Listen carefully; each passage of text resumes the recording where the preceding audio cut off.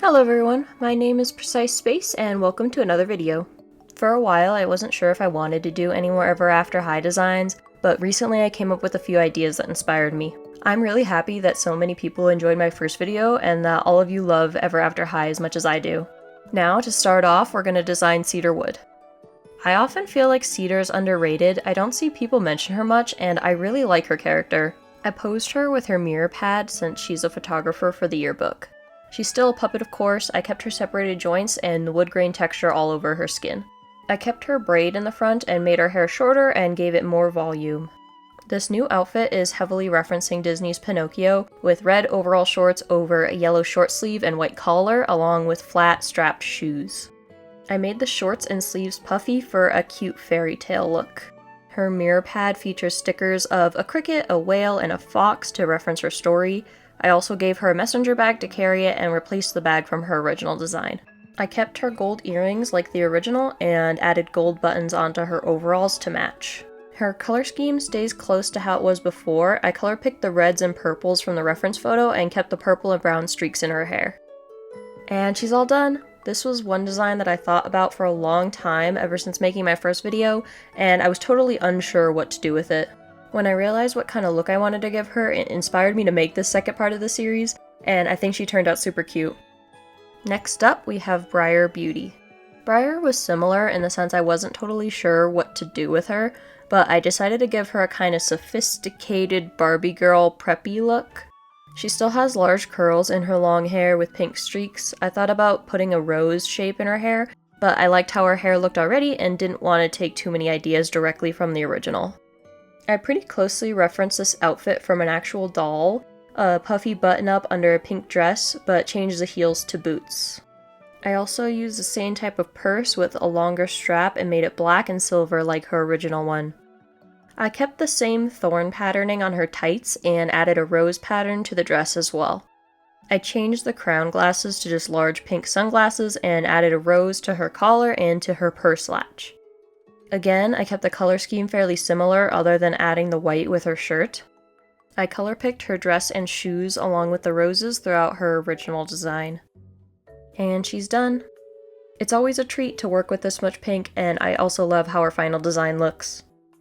Speaking of character design, this video is sponsored by Unveil. Yes, my first ever sponsor. I'm so happy to be working with Unveil as I personally love using their site. Unveil is a site specifically for artists, writers, and storytellers to host their characters, worlds, and stories. This is a great way to store all your different ideas for your projects all in one place. Plus, you get to share them with a community of over 150,000 other creators. The site features character pages where you can post art, lore, and traits for each of your little guys. You can also post your full written works for them and even make a little world to keep them organized. You can now even collaborate with other creators on the same world. Another big part of Unveil is the social aspect. I first joined the site to upload all my characters for when I need to easily find their info and immediately started getting feedback from other users. When you post on Unveil, it's easy for people to discover your work through what's been recently posted, and it allows everyone to be seen. From my personal experience, commenters are incredibly kind and supportive. Finally, one of the most important things about Unveil, the site is anti-AI and never NFT. I don't need to tell all of you how vital that is to a community meant for creativity, and having that rule in place is so important. If you've yet to join Unveil for yourself, there's a link in my description you can use to sign up. Thank you to Unveil for sponsoring, and now back to the final design. Last up is Kitty Cheshire. I immediately knew I wanted to put Kitty in a Gyaru-inspired look, complete with fur. I kept her curly hair up in pigtails and side bangs and didn't change the colors streaked through it.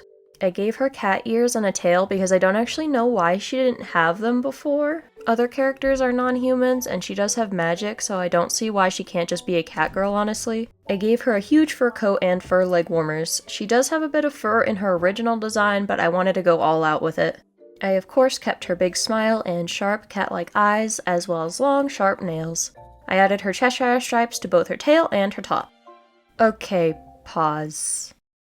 I didn't mention this yet, but I actually made a mistake saving at one point and lost the Clip Studio file after I did the line art and flat colors.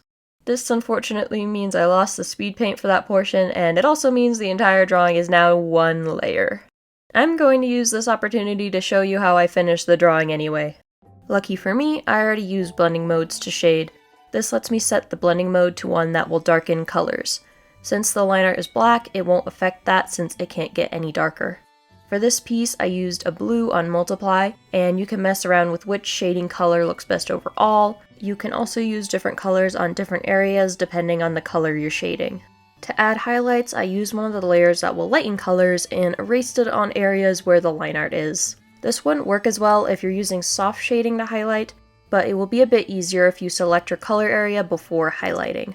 Finally, to color the line art, I set a layer onto the lighter color blending mode, which keeps it from drawing on top of colors lighter than itself. This isn't perfect, but still a great way to be able to color your line art once it's accidentally merged with the flats. These tips won't work with every art style, but most drawing programs feature blending modes that will help you render if this happens to you. I hope you can learn something from my mistake. And with that done, Kitty is as well. It's unfortunate I screwed up and risked her drawing, but I'm really happy with how I was able to render her after that anyway.